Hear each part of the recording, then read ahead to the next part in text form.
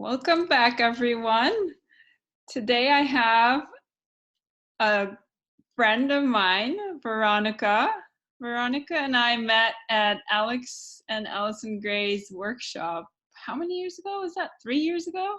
4 years ago? Something like that. And I haven't seen you since, but I'm so glad that you're here and that we're going to have this conversation about your art. Things are going good.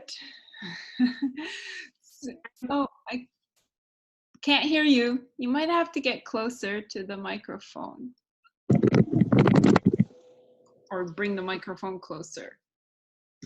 How's that? Is that better? Yeah, that's good. Okay, so tell me about yourself, a little bit about why are you an artist? How did you become an artist? When did you become an artist? Well, I grew up an only child in Orlando, Florida, and I had a lot of freedom.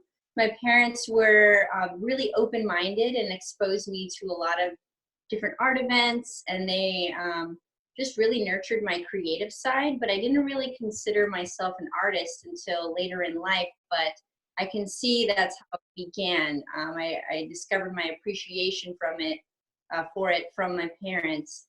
And then in high school, being kind of a poor, high school student, you can't afford Christmas gifts. So I started painting things for my friends for Christmas. And then I was like, wow, this is really therapeutic. And then I stopped for a while, but then I joined the military and I was deployed. I'm a Marine and was deployed as a combat journalist.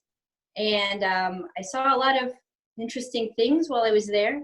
But when I came back, I really found a lot of therapeutic value in painting. And that's when I really started getting into it again. Nice. Well, thank you for sharing that. I'm curious about the military, but you didn't make art when you were there, right? You said you were a journalist. I was a journalist, and so I basically, I did print and broadcast news stories, and I actually got to go on the front lines and film Marines. Oh, wow. Things, and it was a really powerful experience, and that's when I learned I was an empath while I was in like a war setting, and I was like, whoa, this is super intense. But anyways, yeah, it feels like, it was almost 16 years ago. It feels like a past life. Yeah. But I'm really grateful that I had that experience. Yeah. What art do you make? What kind of art do you make now?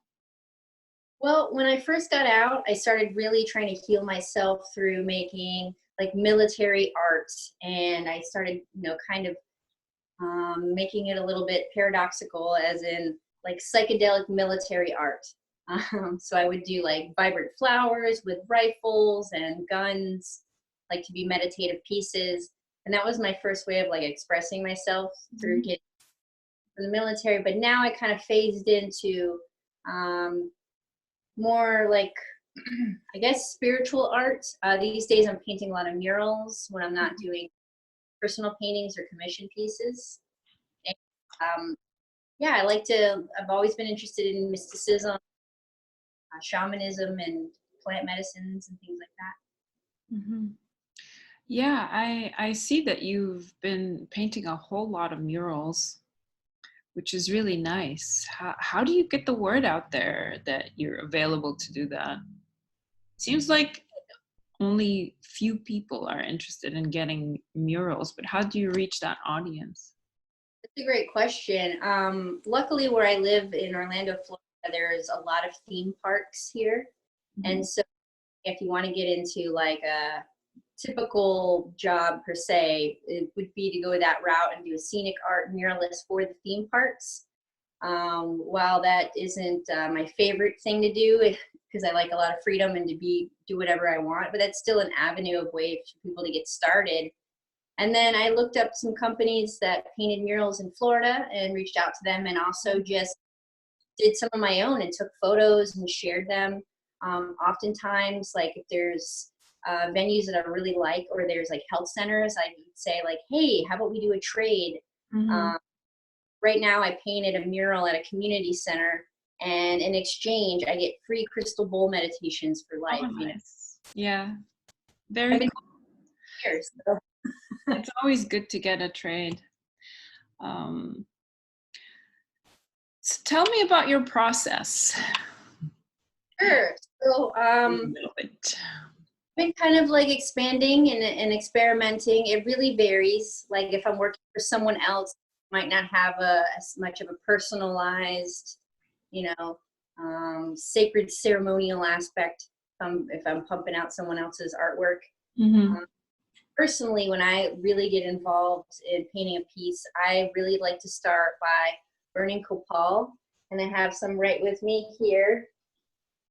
And I burn this all the time. I like to bless myself, bless my painting, and that gets me into a good space. And then oftentimes when I feel stuck, I like to like become in a meditative state and actually ask for assistance from my ancestors, my guides, and just be quiet to listen and see what comes out. And so those have been helpful elements to me as far as Yeah. my. That's wonderful. Um, yeah, the use of something to burn, whether it's incense or copal or Palo Santo or sage, I feel like it's a very grounding practice. Um, so this is like in preparation, but I'm more interested in like what goes on like inside your psyche as you're painting, or like how do how do you know what's going to go where in your painting, for example, or how do you know what colors you're going to choose? um how does that come together? I've always felt like it was some sort of a mystery, because it always felt like it's not up to me how that ends up.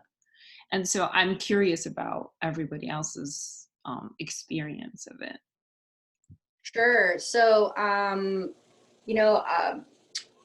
sometimes when I daydream a lot, so I often find that I receive the most messages when I'm like have a long distance drive and I have just open highway and I have some good music on, and I'm really just in not a lot of traffic, and I can just get into a good flow, and then all of a sudden, I'll just get downloads of things I need to paint, and I've had these like crazy like life epiphanies just driving on the road. But besides that too, yes, I do like to be inspired by plant medicines, Mhm. meditation, dreams, things like that. So I kind of pull from different elements, and each painting is like inspired by something different. Okay, yeah, yeah. Um, I just love being inspired. Um, what blocks your process? Are there things that will hinder you from accomplishing a certain painting or a certain project? Or Yeah, that's a great question. what are those? Working with someone else, something that I try to age right off the bat, and I'm not trying to sound rude, but what is someone else's that you're giving this painting to, what is their level of OCD? Some people, if they will watch you paint a painting and they don't trust that they don't see the final outcome, so they're doubting your process, and they're doubting. Yeah. And when people put doubt in my ability, you can't help but get a little hurt, and make a bit blocked. Yeah, yeah. Um, so that's happened a couple times. Hmm. Hmm. And Yeah, part of the process, really. yeah, yeah. I see how that is. I guess that goes with commissions.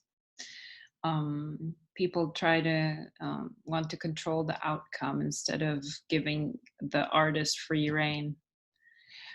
But there's, I mean, that's something to explore too, because when it's a special request that they want a certain color or a certain shape, you have to also like oblige that with that. And so it becomes a little tricky, like how much of your creative sense are you going to put in there, and how much are they going to dictate what's going to end up being, you know whatever is going to come out. So wow, yeah, that's a tricky place. It is, especially, when, it's not your skill set and they're hiring you to paint something that doesn't look like your style in the first place. And so that's when it can be tricky. So these days I'm trying to navigate it. When people say, oh, I want a painting, I'm like, okay, are there any pieces that I've done in the past that you are inspired and you'd like something similar? But for me to just like rip off someone else's idea doesn't feel good. It's not authentic to who you are. Yeah, yeah. I always wonder about commissions. I mean, I feel like I'm perfectly capable, and I haven't had that many throughout my artist career, but it's a tricky place. So, what kind of plans do you have for your art? Are you participating in any shows, or do you have like upcoming events that people can go see your work, or tell me more about that? I have oh wow, I'm so excited. This year I've been really focusing, and I spoke to you a little bit about it, about facilitating retreats. Like part of my passions is like bringing groups of awesome people together and creating experiences. And so I've been leading these visionary goddess retreats in Georgia, and they often feature visionary painting workshops and like a sacred sweat lodge, and it's like a spiritual art retreat. And then I also, as a veteran, I've been hosting holistic veteran retreats and leading art classes to veterans and things like that. So I'm like so many different facets of art. But like personal shows, actually, I have a self-portrait that I'm going to start this year. And after I finish my last commission, I'm not taking on any more. I'm just going to focus on my own art. And it's like something really powerful, because I always feel a little guilty when I have a commission sitting next to me and I'm not working on that, and I'm working on my own personal work. So the self-portrait I'm working on myself is going to be like 8 feet wide, 8 feet large. And it's about me being in my healing experience in the military. And I started it in Alex Gray's workshop. And then I spoke to Amanda Sage last year because I went to COSM. Got it in front of her class, and her and Joe Bob, they really encouraged me. They're like, this is a cool piece, but it needs to be bigger. And actually, I can probably find that for you and share it. Yeah, sure. If you have it around, love to see it. Yeah, I would love to team up with you, like I mentioned, and do something. Maybe you can bring your visionary goddess retreat to Italy. That would be so cool. What does presence mean to you? That's what I really think painting brings you to, because it brings you to such presence that you get lost in time. And for me, it's an active meditation. So presence means painting for me. Really? Oh, I love that. I love that. I love that definition. Presence is painting. That works for me. Because I did a whole dissertation about that. So would you want to come back as an artist? I feel if like there's such a thing as reincarnation, I have to like add that in there now, because I'm definitely an idea. I feel like I have been an artist in a past life already, and it's just me like trying to remember my skills again. For 20, I've been mainly self-taught, but this past year I actually started taking classes, but I always just like was fascinated by it. So maybe it was some kind of past life stuff. I don't know. Yeah. Wow. Yeah, maybe it's the case for all of us. Right. And do you have any tips for artists? Things that have worked for you? And it could be anything from techniques to things that you can do to get your name out there. Sure. Anything you can think of. Yeah, so when I would say work with a mentor, find someone that you admire, and just pick their hang with them, paint with them. You know, they were once like you, and they if you and remain curious and always ask questions. But another thing too is like try to find your painting tribe. And a lot of painters that I know, they say, "Oh, I don't have anyone around me to paint with them." One solution is create an event and invite people to come and paint together. Um, Mhm. an event in Orlando called Art in the Park, where we just meet in the park and we paint. Like, we're not selling anything, we're just there to hang out and paint. And from that, I met all these other artists that love to paint too. And we have sometimes have jam sessions, and we just like hang out and paint together. And I've met some really close friends through that. And also just building a community, because you have to stay inspired. And sometimes when you feel isolated from your painting community, you're not as inspired to do that. And so being in the physical presence of other artists, and especially, and I'm sure you understand too, like through Alex Gray's stuff, when we do the group meditation, how we tap into that collective consciousness, Mhm. we all start to receive the same visions. And I feel like if we put that energy together in form of a prayer, we have like, we're the creators, we're the manifestors, we are creating the life we want to live. And so it's really powerful to come together and That's do that. right. Yeah. Yeah, most of us artists tend to be like introverts. Yeah. So it's easier said than done. Let's just put it that way. And most part, I like hibernate in my home by myself majority of the month. And there's a couple days a month where I'm feeling extroverted, and I just call my good friends where I feel like I can be extroverted around them, even Yeah, though it's introverted. But true. What are your long-term goals for your art? Do you have any, like, have you envisioned your future? What's going to happen for you, like, in, I don't know, 10 years from now? so I saw some of Amanda Sage's class, went, in Vienna. They went to the Ernst Fuchs, like, oh no, outside of Vienna. They went to Fuchs painting temple. Mm. I only saw videos of that, and I can't wait to see it in real life. But it completely blew my mind, and I was like, wow, I would love to dedicate the rest of my life to creating some sort of art temple like Oh, that. yeah. And my friend and I are actually looking to purchase land to build these like aircrete dome homes, where we'll have create a retreat center, where I can host um, veteran retreats and painting retreats, and maybe ceremonies, sweat lodges, and things. Mhm. Also, like, I want to create a temple, and I will like spend the rest of my life painting something, because if it's mine and no one's dictating what I'm going to create, like, I will pump as much energy, my like life into it. And I look forward to that, because what I saw in his temple was like, wow, that. Yeah, yeah. Lovely.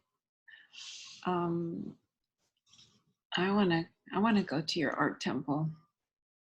Well, the Entheon is also really, I it's know by that's coming up. I'm so excited. Can't wait for that. It's gonna be amazing.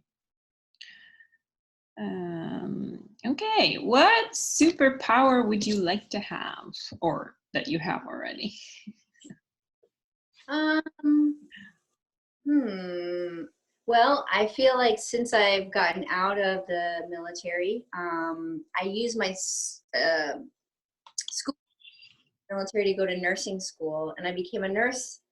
And I will say, I worked in the nursing home, and unfortunately, elders pass during the time there. And I discovered that I'm comfortable with people, not comfortable, but I see the role and the value in becoming like a death doula, or helping someone cross over. I felt like I've Mhm. experienced once elders have passed, and Yeah. so that skill I didn't know that I was capable of. And sometimes, yeah, feel like I can communicate with spirits. If that doesn't sound too weird, but whatever. No, that's a great calling, you know, that there's a lot of stigma and taboos around death too. Not, you know, like I always say that if I wrote another book, I'm going to write it about death because we are taught to be so afraid of it. And, you know, who knows? It feels like it might be something really fun. I don't know. Maybe not for the people we leave behind, but I'm kind of excited about it. Build all of your goals, you know? Yeah, you know, it's gonna happen. Like there's nothing we can do to stop that, so might as well embrace it. Where can people find your work online and otherwise? And your art is for sale, yeah? Yes. Well, I have a Instagram page. My name is spelled Veronika with a K. VeronikaRose.art is my Instagram name. I also have a Facebook page under Veronika Rose. And my website is veronikaroseart.com. And I just got an Etsy page up. I've been making these sculptures made out of forged materials, like hat pins and stuff. I have Oh, one right. do you have some around? Let's see.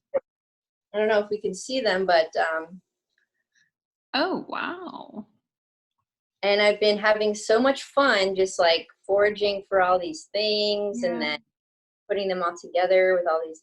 I'm very much a bird person, so collecting stuff is really, really fun. So how do you do the mushrooms? Do you dry those? I How do. hold? Do you treat them with anything, or is it just like dried up and that's it? I treat them, and then I have like a clear varnish that I put on top to preserve. Interesting. You broke up. One thing that I've noticed is I had one of these on my hats, and I set it down, and I came back, and I guess like squirrels or like these things. So it's was like, what? I didn't realize that squirrels liked That's funny. Chipmunk food. Yeah. That's cool. I love it. Okay, well, it was a pleasure talking to you, Veronika. I don't know if you have anything else to add. I'm all out of questions.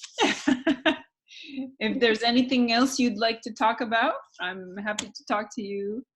Yeah, I'd love to show you my self-portrait that I'm going to be. Yeah, please, let's look at that. 1 second.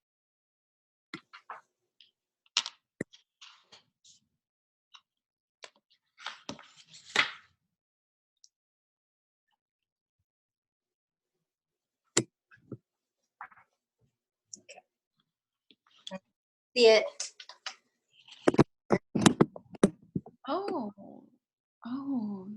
Oh, yeah, that's a great one. Nice. So that's going to be 8 feet by 8 feet, you said? Yeah, so I'm being smushed here, but so I feel really inspired from Amanda and Joe Bob's workshop, and I'm gonna make it huge, and I'm gonna make it life size. So I'm just giving myself, extra side to fill up some stuff. But yeah, that's a piece that I actually haven't worked on in over a year. I've attended the Vienna Academy of Visionary Art, and I haven't worked on it since then because my style's kind of changed as I'm like learning new skills. I'm still trying to develop my style again. But another painting real fast is this is a self-portrait that I did. I like that one a lot. That's a hawk, right? Yeah. It is. That's one of my spirit animals. I really love that. And Olga Klimova, her workshop in Tori Academy in last summer. Nice. And the Mish. It's Mish technique. Yes. Nice. Yeah. Very lovely. And then let's see here. Gray right there, and and that's another of your pieces. Yeah. What is this one called? This one is Marasian, and it was really ayahuasca inspired. Okay. 2006. Looks kind of ayahuasca-ish.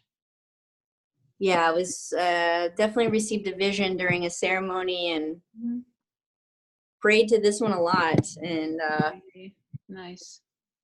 It's been a beautiful piece, but I'd like to evolve that and create various eyeballs floating in random places. I think it's going to be. There you go. You can start a series and keep adding the eyeballs. Okay, well, it was lovely chatting with you. I'm gonna go ahead and say bye now and end the recording, and I'll be in touch shortly after. Take care. Bye-bye.